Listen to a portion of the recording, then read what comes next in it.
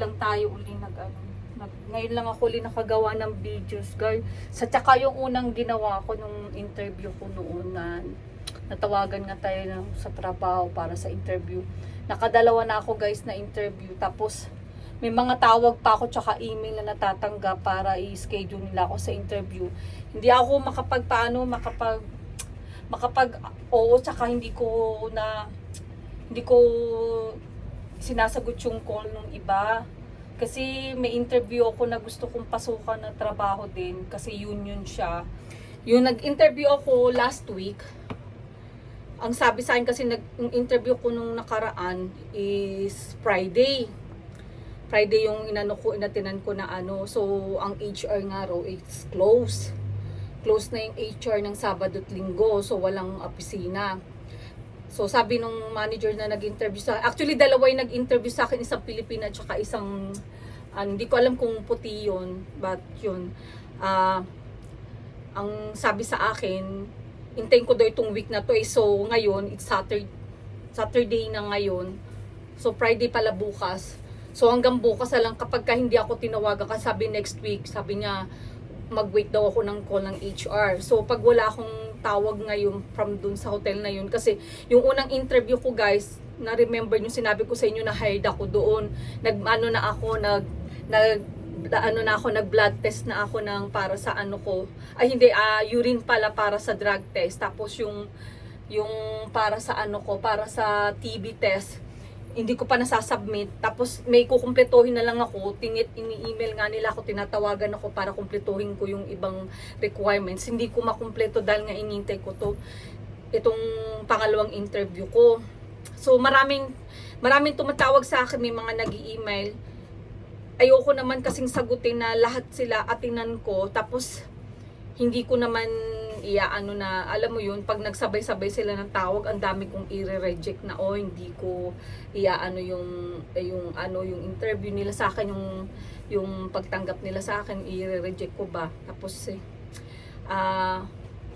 yun, medyo naano ko ngayon, nai-stress ako ngayon, hindi ko alam kung, pero hintayin ko hanggang bukas. Pag hindi pa tumawag yung pangalawang hotel na nag-interview sa akin, tatawagan ko yung tumawag sa akin na isang hotel para, kasi union din yun, guys.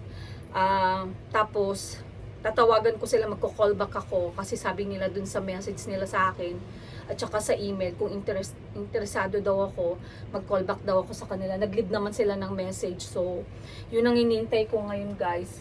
Sana available pa yung kung di ako matawagan tong week na to, itong hanggang bukas Friday, guys, kasi Saturday, Sunday wala nang HR. So during interview ko, tinanong ako nung manager sa interview ko na kung may mga in-applyan pa akong ibang hotel or ibang work. Sabi ko, I apply a lot of hotels dito sa Waikiki, but sabi ko hanggang sa kanya, some of them they call me, and then some of them they leave the email, they send the email. Sabi ko gano'n na yun nga, ini-schedule nila ako for interview, but hindi ko sinasagot, I didn't answer then.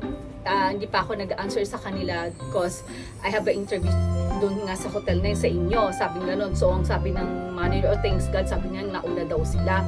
So ako, ang expect ko, syempre nasa isip natin na tatanggapin ako dito kasi sabi ng manager sa interview, during the interview maraming ang tanong. Lahat naman ng mga tinanong nila, kahit na nahihirapan tayo mag-English, guys, syempre tumudugo yung ating ilong sa mga English na yan. Nasanay naman din na ako na yun nga, during the interview na masarap pakiramdam na natapos yung interview. Tapos tinanong ko nga yung manager na kung hired na ba ako or pasado na ba ako, ano ba yung qualification nyo para malaman ko na matatanggap ako. Sabi niya ganun, hindi daw sila kung magde-decide sila, qualified daw ako, overqualified daw ako dun sa position na ina-applyan ko. But ang problem, hindi daw sila yung magpo-process ng paper, kundi yung HR. Unlike dun sa unang in-applyan ko na natanggap ako, guys, after na may interview, kinongratulate ako ng manager, then bumalik ako sa HR, I signed some paper, I fill up some paperwork, tapos nag-sign ako, then binigyan nila ako ng some parang papel para dalhin ko dun sa isang clinic na para mag-test ako ng drug test ko. So yun, explain na sa akin yung rules nila. So nag-sign ako sa ibang paper nila, in-explain nila yung kanilang rules, yung kung ano yung mga patakaran nila.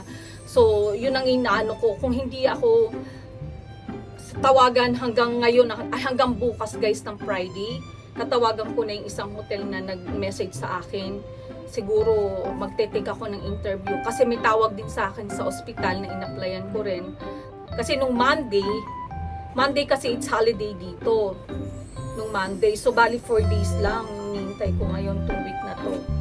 Kaya yun, hopefully guys makatrabaho na ako for this month, itong month of June, kasi need ko talaga magtrabaho kasi nahihiya naman din ako sa asawa ko kasi siya lahat ng ngayon ng financial namin sa bahay sa Pilipinas tsaka dito. Ayoko naman ng ganun na parang wala akong ginagawa. Although sinasabi ng husband ko intay-intay dun sa kasi nga lahat ng mga ina-applyan ko, sinasabi ko sa asawa ko, pagka may email ako natatanggap, pino-forward ko din sa kanya. Inaano ko din yung opinion ng asawa ko, ano ko ba tong interview, but yun nga, pinag-uusapan namin ng asawa ko kasi yun nga, sinabi niya sa akin nung natanggap ako sa Aloha Lani na hindi siya union, tapos maliit din yung sahod doon guys. Sabi niya, hindi pa kaya ka babalik ng work, gusto mo madagdagan yung contribution mo dun sa sa union mo tsaka yung sa social ko, gusto ko madagdagan kahit at least makapag-work ako ng 5 years, or pag di ko nga na kaya, sabi ng husband ko, kahit na gusto mo, pag hindi mo na kaya, at least makadagdag ka ng at least 2 years to 3 years, mag-quit ka na, sabi niya, maghanap ka na lang ng at least yung magaang na trabaho guys. Yun, medyo ngayon yun ang inintay ko guys, tulungan naman prayer mo na para makapagtrabaho, dahil syempre mayroon akong binubuhay dun sa Pilipinas din, may mawasa sa akin, lalo na yung mga alaga akong aso guys, magastos. Yun ang inaano ko, mahal ko yung mga alaga ko guys. 5 yung alaga ko guys na aso, Shih Tzu, at saka yung inuwi ko nga na si Titus, yung Chihuahua Terrier ko na galing dito sa US, na inuwi ko guys kasi nga piniprepare ko nga yung sarili ko pag nagtrabaho, ayoko nang maiwan siya dito. Nakakaawa kasi pag naiiwan dito yung wala siyang kasama. So yun ang yun ang problema ko guys.